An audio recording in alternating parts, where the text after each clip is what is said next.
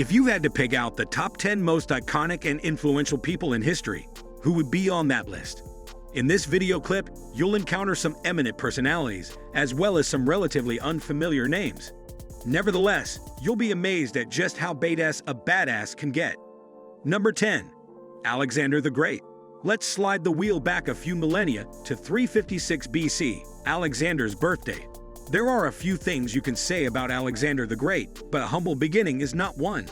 Up until age 16, he was tutored by genius scientist and philosopher Aristotle. Age 20, he succeeded his father, Philip II, gaining the throne of Macedonia. Alexander played his cards stealthily and eliminated potential rivals to his throne, including his own cousin, Amyntas IV. If you're wondering, there is a reason why they call Alexander Great.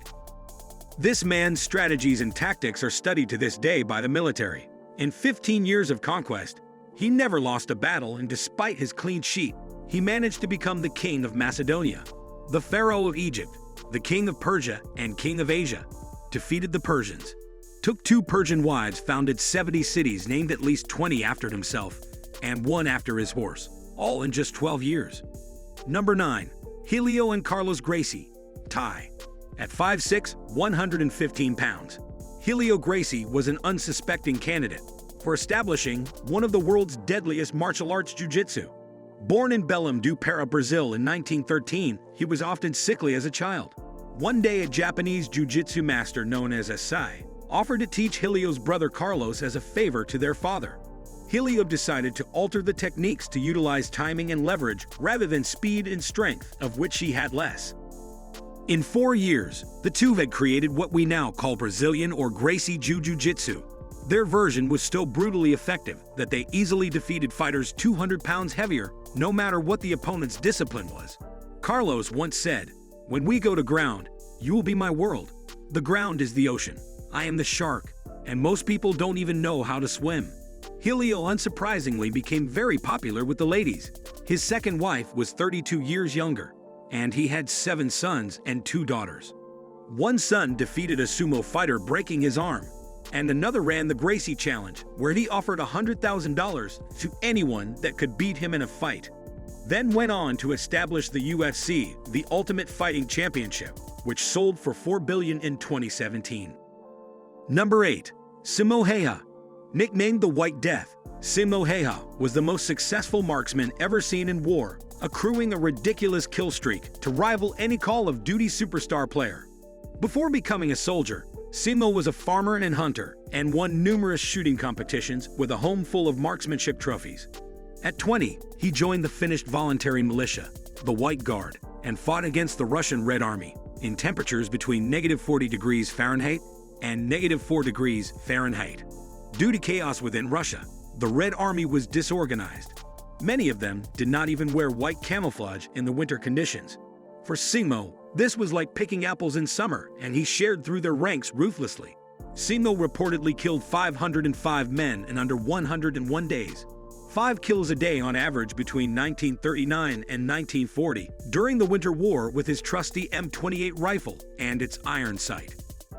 The Soviets used counter-snipers in artillery strikes against him in desperation. It wasn't until March 6, 1940 that he was hit in his lower jaw by an explosive bullet, which he fully recovered from. Later, when asked why he was so good at killing, he replied, "Practice." Number 7. Jing Shi. Jing Shi was a Chinese prostitute who took over as a commander after her husband passed away. She was set to take no BS from the 40,000 pirates under her command. Jing's iron rule was so effective that the Chinese government sent an armada after her, which she destroyed, capturing 63 of their ships. We call that checkmate, where I'm from. For 2 years, the Chinese fought Jing, even recruiting support from the Dutch and British. They eventually gave up and offered amnesty to her and her crewmen. Jing was allowed to keep all the spoils from her pillaging and became one of the few pirates to retire. She ran a brothel/casino in her retirement from the sea life and lived to see 69. Number 6. Desmond T. Doss. Desmond T. Doss was the first conscientious objector to be awarded the Medal of Honor. During World War II, the 26-year-old medic risked his life continuously in order to save injured comrades. Das was the son of a carpenter and a devout Christian, and despite displaying unbelievable heroism on the field, he refused to carry a knife or gun or any form of a weapon. In Guam in 1944, he braved gunfire, torrential rain and mud in order to save fallen comrades. He was the only medic who was not armed. On April 29, 1945, an attack in Guam left 75 Americans injured. Das carried all 75 back to safety, despite being more at risk as the Japanese would often target medics. He ignored people telling him to seek cover. During his time serving, Das saved an estimated 100 lives. However, this is a modest estimate. He made it out of the war and died in 2006, age 87, and was the subject of recent Oscar-nominated movie Hacksaw Ridge. Number 5. Roy Benavidez. Roy Benavidez took this savior schema to another level. You can think of him as like a living Terminator, genetically infused with Forrest Gump and the heart of a Spartan. On May 2, 1968, a 12-man Special Forces team were dropped into a small clearing in Cambodia's jungles. Unbeknownst to them, they had dropped into a major enemy base and were soon surrounded by hundreds of enemies who attacked ferociously with gunfire. Roy heard this distress call and hopped on a helicopter, without a second's thought, to rescue the men. Benavidez jumped 100 yards through enemy fire to assist his team. He was shot immediately and severely and then shot continuously during his hours of rescue. He was hit with grenade trap. At one point, he was stabbed, but he took out the bayonet and killed the assailant, continuing with the rescue. He was injured so badly, medics pronounced him dead, but before his body bag was zipped up, he spit in the doctor's face to show he was still alive, and they rushed him off to surgery for many months of intensive rehabilitation. Number 4. Peter Freuchen. Freuchen was an anthropologist, zoologist, author, journalist, and actor. In his 20s, he set out on expedition to the deathly cold Greenland and decided to live with the Inuits, taking one for a wife. During his 20-year stay, he killed a wolf with his bare hands, a polar bear, which he turned into a fur coat, tracked 600 miles to prove a bet, and in 1926 plot out of a tomb, several meters frozen using his frozen feces. Then he crawled 3 hours back to camp and plucked out his gangrenous toes with pliers and a hammer to stop the spread without using anesthetics. Freuchen can then move back to Denmark in the 1930s, writing 30 books, becoming a bestseller. Married the daughter of a Danish multimillionaire after his Inuit wife died, won an Oscar, and became part of the resistance against the Nazis. When he was captured by them, he was sentenced to death but escaped. He continued to develop relationships with superstars, married a third time, became the 5th person to ever win the $64,000 question. The following year, he was given the gold medal by the International Benjamin Franklin Society for outstanding services to mankind in establishing new frontiers. Number 3. Hugh Glass. In 1823, Hugh Glass and his party were stationed in Grand River Valley, Yellowstone. When he came across a grizzly bear mother with her 2 cubs, she charged, mauling Glass. Screams were heard by the party, and they killed the bear with guns. Blood bubbled with each breath from Glass's ripped throat. His face, chest, arm, and hand were shredded by the bear's 3-inch claws, and it had chewed into its back and shoulder. The crew gave him until morning to live. On the 5th day, Hugh was still alive. He could only move his eyes, and the 3 watching over him decided to leave him for dead.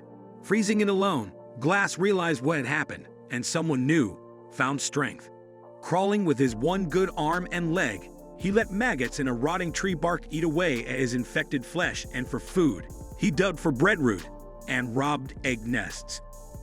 Seeing a buffalo carcass being devoured by a pack of wolves, he scared them away and ate the remaining bits of heart, guts, and liver. He then tracked over 1,000 miles to find his betrayers, one of whom, a young, terrified man named Jim Bridger, he forgave. Number 2.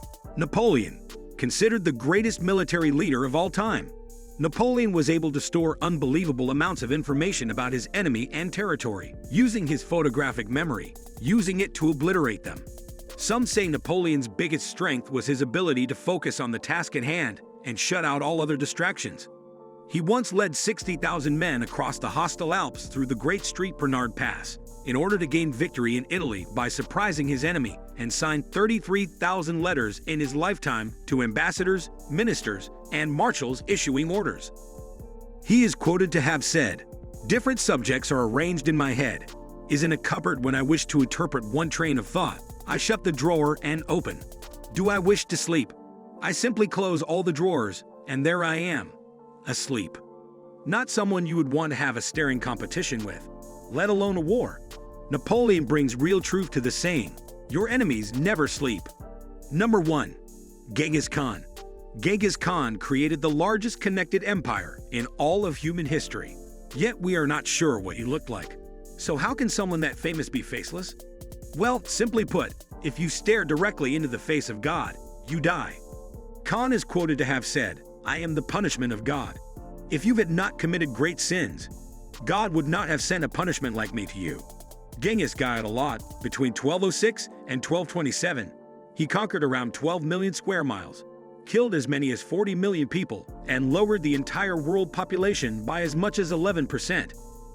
As supreme ruler of the Mongols, he was so fearsome that women took their own lives rather than to allow themselves to be raped by his invading army.